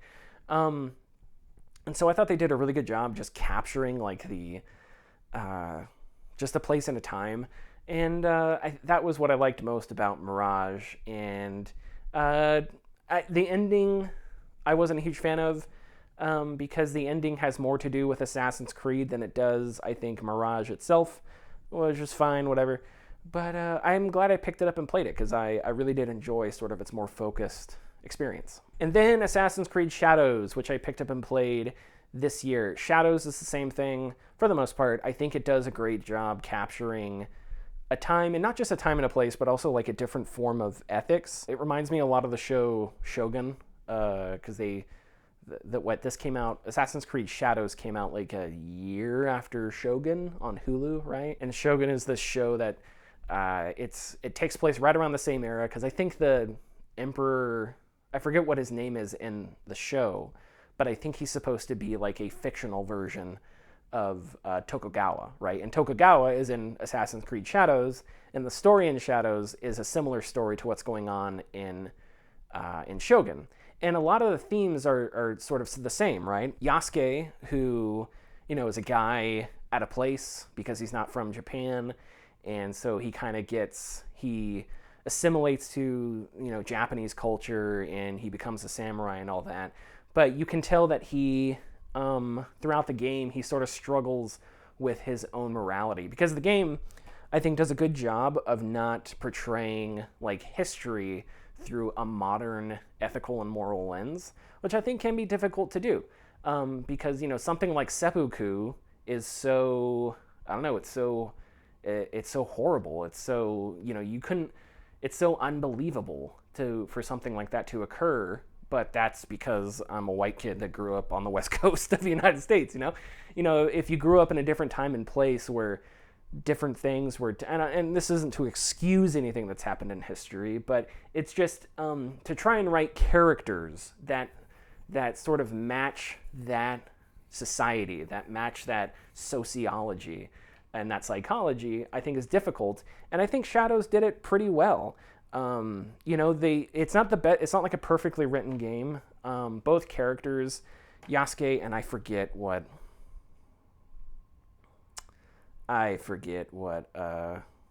Naue, there, just came to me. They both have to sort of contend with their actions, because is what they're doing good? Are they justified? Are they making more of a mess by going after people and killing them? Those are the questions that they sort of tangle with, and I really appreciate that. Now, it's not a perfectly written game. I think the themes could have been hit harder.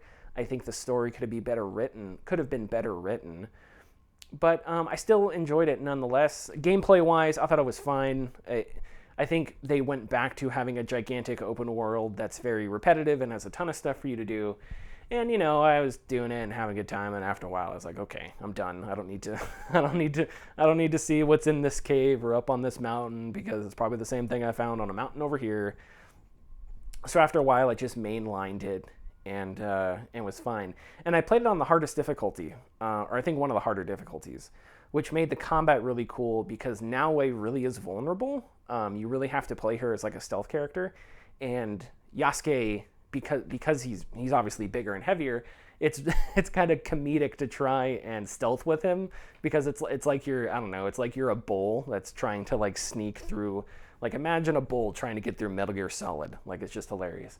So depending on what you want to do when you take on an enemy base or whatever, you pick a character, and then you're kind of you're committing to a certain play style, which I thought was cool. And both characters were a lot of fun to play. Yasuke felt like Darth Vader, because it was all power, and he was just, everything was a home run. He's a power hitter who hits 275, 50 home runs a season, and he hits every fastball thrown at him, and that's really cool. And Naoe is Ichiro Suzuki. she's gonna hit singles and doubles, and she's gonna get steals, contacts all over the place, and she's gonna get into the Hall of Fame by being one of the greatest contact hitters of all time, and every now and then getting a homer. But anyway, now I'm just talking baseball. What is next on PS4?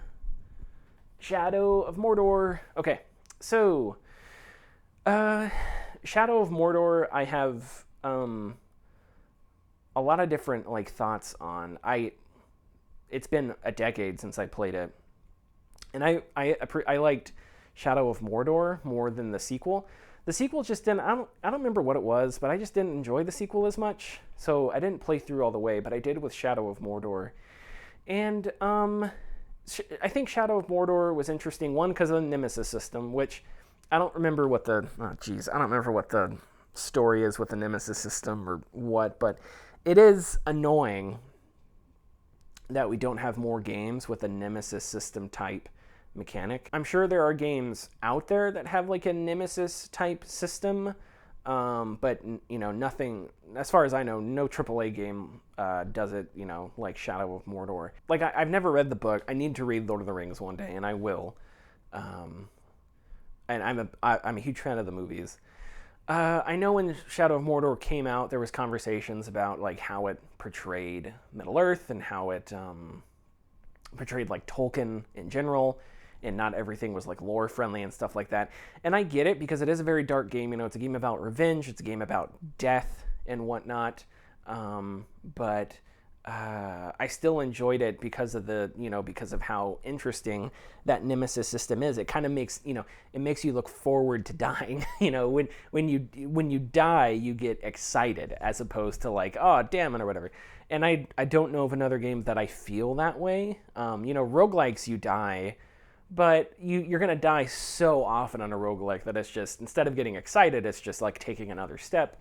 Where Shadow of Mordor, the deaths weren't as common as like a roguelike, so they were more spaced out, which meant you got something to look forward to once you came back, because then you got a nemesis, which was cool. I don't remember a whole lot about the story. I don't remember a whole lot about Celebrimbor. I remember them, but I do remember that I enjoyed the game a lot. The last thing I'll say is Monolith, R.I.P. Monolith, also the developers of Fear. I think they were either, I'm fairly certain they were shut down just this year, just a couple months ago. So RIP, and yeah. Up next is Killzone Shadowfall. So I already talked about the Killzone 1 through 3, which I mostly enjoyed. Killzone Shadowfall, I did not enjoy. I just remember being a really bland, kind of boring shooter, and with boring characters, and it just wasn't all that interesting. I remember being impressed by its visuals. I remember the first, there's like an opening scene where you're in a drop ship or something, and you come down by a building, and there's all this stuff on the ground, and it looks very nice. But it just wasn't. It wasn't a very like well written or interesting game. And it utilized the DualShock 4's touchpad, because there's like a drone in the game, that thing right there, that you can give orders to, and it's a quick way to give orders because you just swipe your thumb. But I just remember sort of getting through the game, and it was like, okay, I needed something to play on the PS4, and I don't know, it wasn't horrifically bad, but it wasn't a game that I remember a whole lot of at all. Ratchet and Clank. Okay, so I did not grow up with Ratchet and Clank. I didn't play the previous games, and yeah, so I don't, this isn't a series that I'm like super duper familiar with. I did enjoy playing through this one. I don't think I completed it. I played through a little bit of this one, and I think I've played through a little bit of the newer one that came out right alongside the PS5. But I do like that there are still games that have that Saturday morning quality to it that I think fewer and fewer games have, and I think that's because of I assume that's because of demographics, right? 15 years ago, kids my age were younger, so there was more cartoony stuff. I think that quality, that playfulness, that Saturday morningness is something that still works. I think a game like Astrobot, shows off that you can still do that kind of stuff and create an experience that's enjoyable and fun and interactive and all that. And I've watched a couple of development dev talks about Ratchet and Clank, and some of the behind-the-scenes stuff is really interesting. But I shouldn't have said that because I can't give you an example. Go on GDC, go to the GDC vault and look up Ratchet and Clank and go watch those because they're interesting. Infamous Second Son. I'm going to be upfront. I do not remember a whole lot of Infamous Second Son. I think it was a game about like exploitation or something. Is that? I don't know.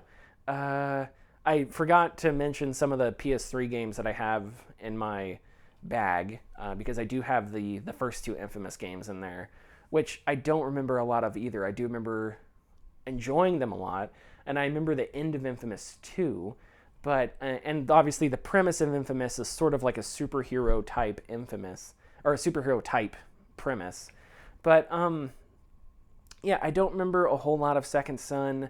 I liked it.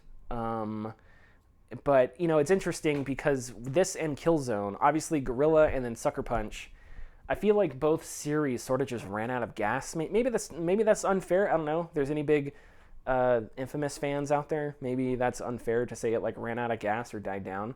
But I just feel like both studios, obviously they pivoted Sucker Punch to the next game we're going to talk about, and then Guerrilla Games pivoted to Horizon Zero Dawn.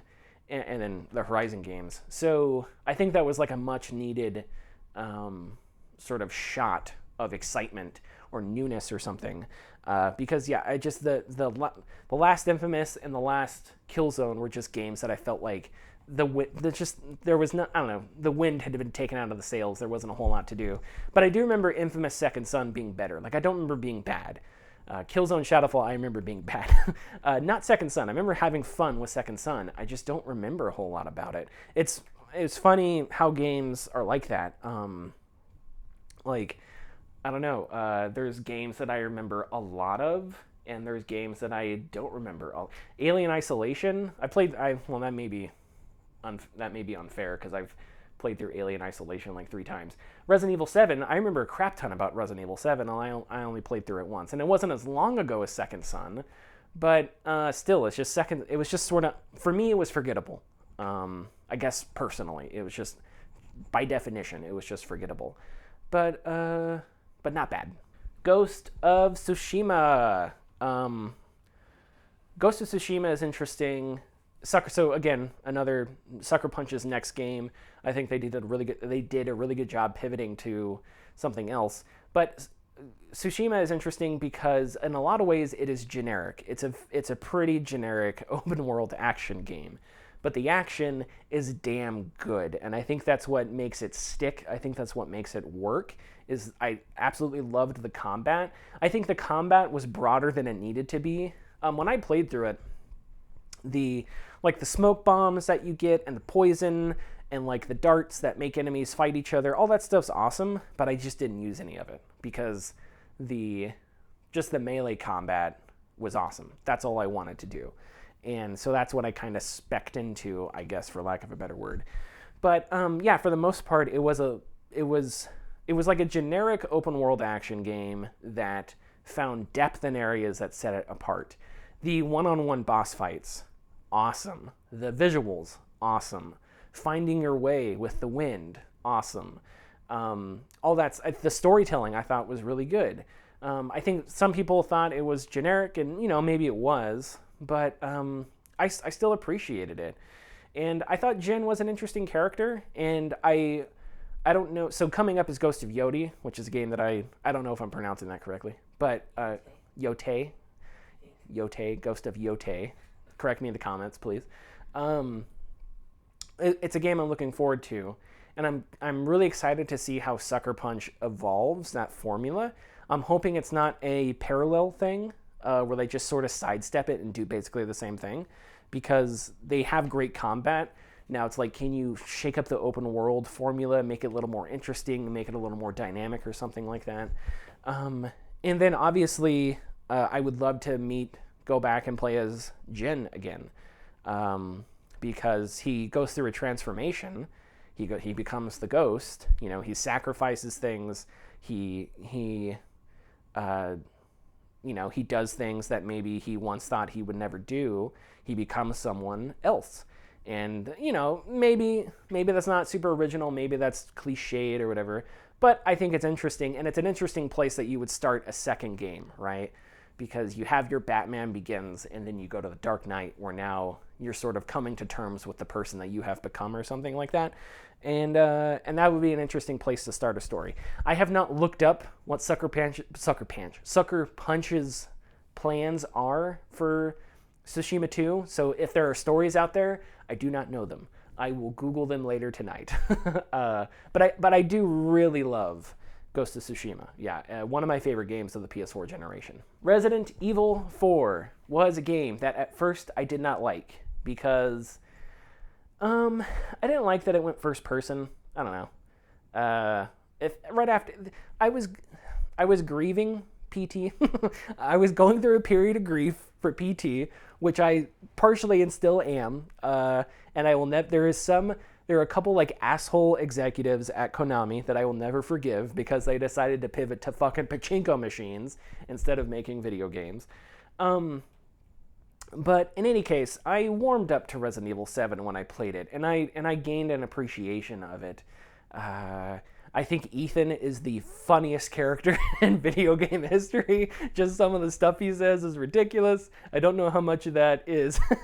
He's even funnier in Resident Evil 8, I think. And I think Resident Evil 8 is better than 7. I think they tried some stuff in 7. Obviously, going first, at first I wasn't a huge fan of the first-person camera, because I felt like it was one of those things where it was like modernizing in a way that it didn't need to modernize. Which I didn't like, but also the third person camera in Resident Evil, it allows you to take so much more in, especially you know what, we'll talk Resident Evil 8. It's somewhere in there. Give me a second, I'll find it. Okay, so Resident Evil 8 is like a spiritual remake of Resident Evil 4, I think, in a lot of ways, but some of the visuals in 8, the Lady Dimitrescu's castle, the old ruins outside the castle, the old town, some of those visuals are just things that you need a wider angle to take in, right? The full breadth of some of those creepy visuals. And I just don't think, I just don't think first person cuts it. I think that I just think those environments and the gameplay are just better suited for third person. Also, I feel like Resident Evil, especially with the remakes, seeing your character battered, seeing them limp when they're low on health, I think that's all part of the horror. That's all part of the experience. I guess you kind of get that in the first person view, but you don't get to see like their entire body. You get some kind of vignette on the screen with with the first person view. But so I thought Resident Evil 7 was good. I thought it was solid. I thought the story was okay. I don't know if I'll ever play it again, because I feel like it's one of my like least favorite Resident Evils, but I don't think it's bad. Resident Evil 8, on the other hand, is excellent, and I've played through it twice. Once, just flat screen, and then I played through the VR version, and that blew my fucking mind. Resident Evil 8 in VR, it's amazing how well it works. As far as I know, with Resident Evil 7, you use a DualShock. I don't think it's there's no motion control, 6 degree freedom, whatever it's called. I think it's just basically the screen becomes your VR headset. Resident Evil 8, it's your hands. So you hold guns, you do crazy stuff, whatever. And that level of immersion in a horror game, it takes the experience to like a different creepy level. Some of it I was terrified to experience. I played through a little bit of Resident Evil 4 in the VR version, and that was awesome too. And I could go off a little bit on, I think, what that says about VR. I made a video a while back about my thoughts on Half-Life Alyx, and because I played Half-Life 2 VR, a VR mod for Half-Life 2, and then I played through Half-Life Alyx. And Half-Life Alyx Half-Life 2 just felt so much better in VR. It felt like, and some of the points that I made in the video were just that Half-Life Alyx felt limited, it felt slower, it felt like it was compromised. And Half-Life 2 in VR, I think, just showed that so much more is capable in VR. And one little example is like a little sprint, right? So in Half-Life 2, you can sprint. Gordon can sprint. Now, yes, he's wearing a suit, but just human beings can sprint without hazard suits on. So throw that out the window. In Alyx, I don't think there is like a faster moving. You can't move faster in Alyx. You can teleport, but there's no like sprint button. In in Resident Evil 8, you can. There is a little sprint move, and it works perfectly in VR. It gives you that little boost of movement when you're trying to run from enemies or trying to reposition or just going from one place to another because you need to, I don't know, shoot a diamond somewhere to sell it to a guy. And it works perfectly. So it's like, I think that's an example of a gameplay mechanic where it's like, why can't other VR games work this in? It works perfectly fine in Resident Evil 8, which is not even a VR native game. So that's just a soapbox about VR. I cannot wait for Resident Evil 9. I'm very excited for that. And I'm even considering, like, do I want to wait to see if they release a VR version of that? Because it would be really cool to experience it firsthand for the first time in VR, but I'm not sure I'm going to be able to resist. Okay, Alien Isolation is, to put it simply, one of the best horror games, ever made. One of my favorite horror games, and this box is one that has been sold like a gajillion times apparently, but it's found a good home with me. I love Alien. I love the first movie. I love Aliens. They're two of my favorite movies of all time. I don't know which one would be my favorite. And people have, this has been said every day. Someone in the world somewhere says this, but Alien Isolation captured sort of the essence of the original Alien movie. The terror, the helplessness, the feeling that this alien has some sort of sixth sense about where you're going to be, or that it's doing something and it knows what it's doing and it's conscious, but you really don't understand it. That you're up against something that is smarter than you think it is. Alien Isolation captured all of that, along with all like the other stuff. The clicking and clacking of buttons and the sounds and all that aesthetic stuff. It just captured it so excellently well. Another reason it's one of my favorite horror games is just some of obviously the alien and its dynamic, like when it's chasing you, when it's chasing other people, it's unpredictable.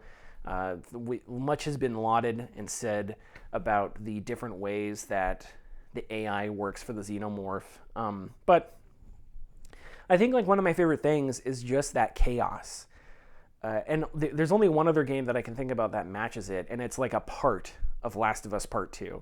But there's multiple parts in Alien Isolation where, you're going, like the hospital. The hospital is like one of the scariest parts in any game ever, because, it could attack at any moment, and there's multiple people, and then, it drops, and it just rips one dude's face off, and everybody sprints different ways, and you just have to hope it doesn't come after you. And that's terrifying. That is utterly terrifying. So yeah, I say this about all games, but I have to play through Alien Isolation again one day. It's not perfect. It's got stuff that I don't like, but it's fascinating nonetheless. And I think they're making a sequel. I'll look this up in the editing bay, and I will put a story right here if I'm correct. If so, I'm really looking forward to it. Oh boy. Elden Ring. I don't know. What do you want me to say about Elden Ring? It's the best game ever made. It's perfect. There's nothing wrong with it. If you complain about it being too difficult, it's because you're a baby. And you need to play baby games. Like, I don't know, Halo or something. No. I like Elden Ring. I would like to go back to Elden Ring one day, but I've kind of had my fill of it. I was talking about this with Dark Souls. I kind of have to be in the mood for a Souls-like, or for a Souls-like, for a Dark Souls-like, because there is just a certain amount of like I have to just put up with stuff. I don't know. It's a little like going to a concert. Like, you're gonna experience something amazing. You're gonna be blown the fuck away. But you have to just put up with the guy who, like, at the beginning of the second song is already 6 beers deep. Like, those are the things that's part of the ticket. You got to put up with the guy that's screaming the name of his favorite song after every song. Like, those are the assholes you just have to put up with. That's what I feel like is in Elden Ring. Elden Ring is going to blow your mind. The art seeing castles and trees and monsters in the distance, the design of the open world, and that's something that I think open world design, I'm sure there have been talks about this, but that I think is an underrated aspect of open world design, right? Which would be another criticism I have of Assassin's Creed Shadows, which I put somewhere, I don't know. But, Assassin's Creed Shadows had a very linear open world because there were a lot of mountains, and that may be accurate to Japan's topography. I have no idea. But is topography? Geography. Topography is a map? I don't know. Anyway, that may be accurate, but it's not fun because you're just going through mountainsides, which are beautiful, but they're not memorable. They're just beautiful mountainsides. Elden Ring went the opposite direction with its open world design, where it's like every hill you're on, there's something fascinating, something dreadful, something that you just can't take your eyes away from in the distance that's beautiful and terrifying and just amazing. And when you make an open world game like that, it adds to the atmosphere. It adds to the mystique. And man, I think Stormvale Castle, approaching Stormvale Castle, and going through Stormvale Castle. Stormvale Castle may be one of my favorite sequences of a video game ever, because it's just so terrifying. It's just so well designed. There's just all these different surprises around every corner, and you kind of just can't stop. You have to know what's around the next corner, even though you know it's gonna be bad and you're gonna get your ass kicked. My experience with Elden Ring stopped with Black Knife Tiche. If you don't know, it's a hard boss, and I decided I'm going to defeat Black Knife Tiche. And Black Knife Tiche was like, how about you go fuck yourself? And so I fought Black Knife Tiche like a million times in a row. And I got to a point where I could have stripped my character naked and been one of those streamers that looks dead in the eyes, but completes like a no-hit run. But I would have only done that with one boss because I memorized Black Knife Tiche's movements perfectly because I was under-leveled enough where she could kill me with like one hit. But I wanted to kill her because she was a summonable ally. So I wasn't going to stop. And oh my god, I don't know why I did that. It became like a personal thing. And I eventually did. I beat her. And I got that summon, and I just stopped. Like after all this effort to defeat Black Knife Tiche, I defeated her, and I just couldn't play anymore. It reminded me of that scene in Madagascar where the penguins get to the Antarctica, and they're just like, "Well, this sucks."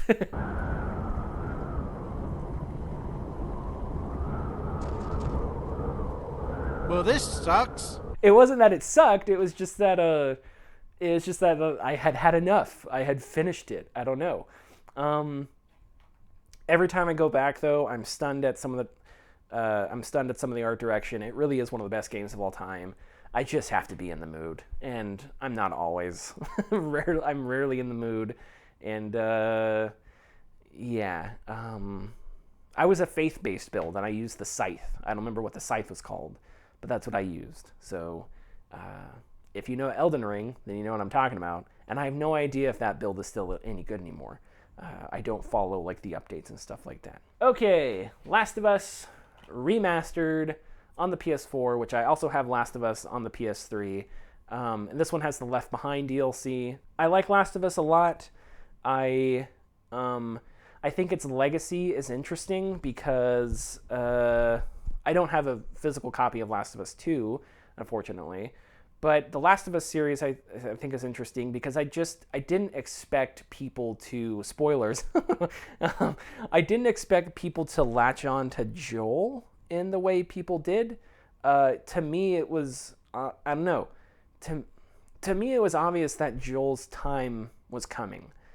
I think characters like this that are violent, they play with fire so much that it's like at some point their luck's gonna run out, right? And I think that's part of what makes them so compelling as characters is, you never know when they cross the threshold if this is gonna be the time where they get theirs. And I feel like Joel is like that. I think we saw Joel is a complex character. He's fascinating. I love his character, and I love him with Ellie. But I think, it made sense, the trajectory of his character. I didn't understand why people disliked it so much. I guess if you didn't like it, that's fine. But I thought narratively it was cohesive and made sense. And I really enjoyed the second one. I will say that the second one, I feel like... So both Last of Us games, I feel like there is an element of it is ridiculous how dark it is.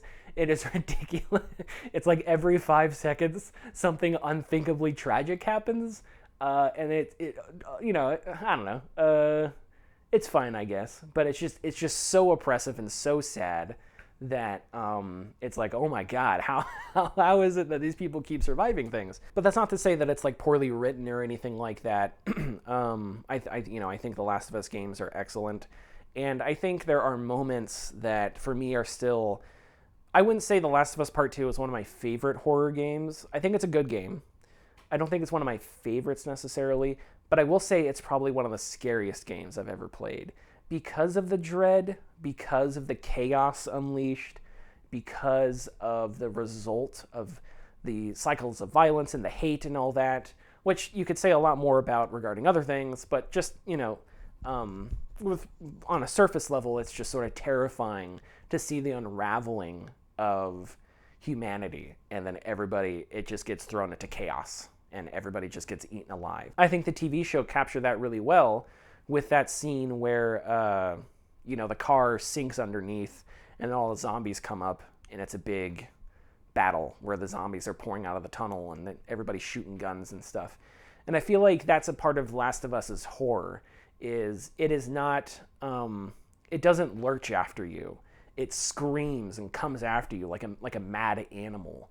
And that chaos and that pure, like, hunger and that pure malice is part of what makes the games terrifying. The clickers, how the clickers are just so, the way that they move, it's inhuman. And their one thing is like they want to just bite your neck. They just want to decapitate you. That's terrifying. But one of the most terrifying scenes in The Last of Us Part 2 is when you're in that subway.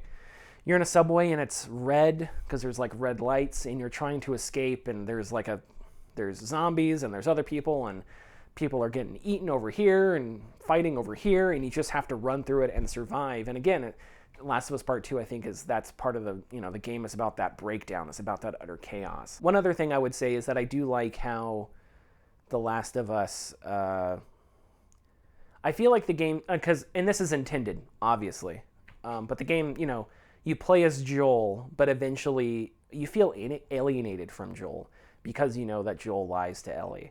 And so that alienation, and when it shifts perspectives, and then obviously in the second Last of Us when you play as Ellie and Abby, I think that shift is really well done. And it's a good way to, I think, alienate and separate from another character and make them feel distant and make it feel awkward and strange. because yeah, there's that loss of trust there. So yeah, I could say a lot more about the Last of Us games, and Like one of your most favorite scenes from that game. so okay, one of my favorites. So obviously the giraffe scene. That's everybody's favorite scene, right? Because it's incredibly human. It reminds you that there's still beauty in the world, you know, that there's still wonder in the world. It makes you fall in love with Ellie because she kind of just has this, you know, this love for, you know, I think finding awe and wonder in something like a giraffe, which is like an animal that is sort of a unique animal. That's incredibly endearing, and it's incredibly, you know, it's something you can appreciate in another person. That happens a lot in Last of Us Part 2, you know, the space shuttle scene when Joel takes her to I think it's a museum or something like that.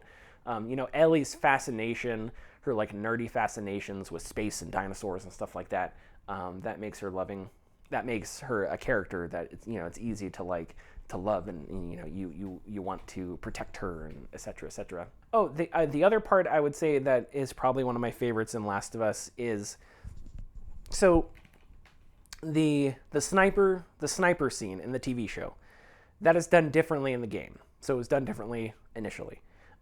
You're walking through a neighborhood, and then the sniper, it's during the day. It's not as chaotic. I don't remember it being as chaotic as the zombie scene. But it happens the same way where Joel takes out the sniper, and then they get attacked from other people. So as Joel, you have to fight them off with the sniper rifle.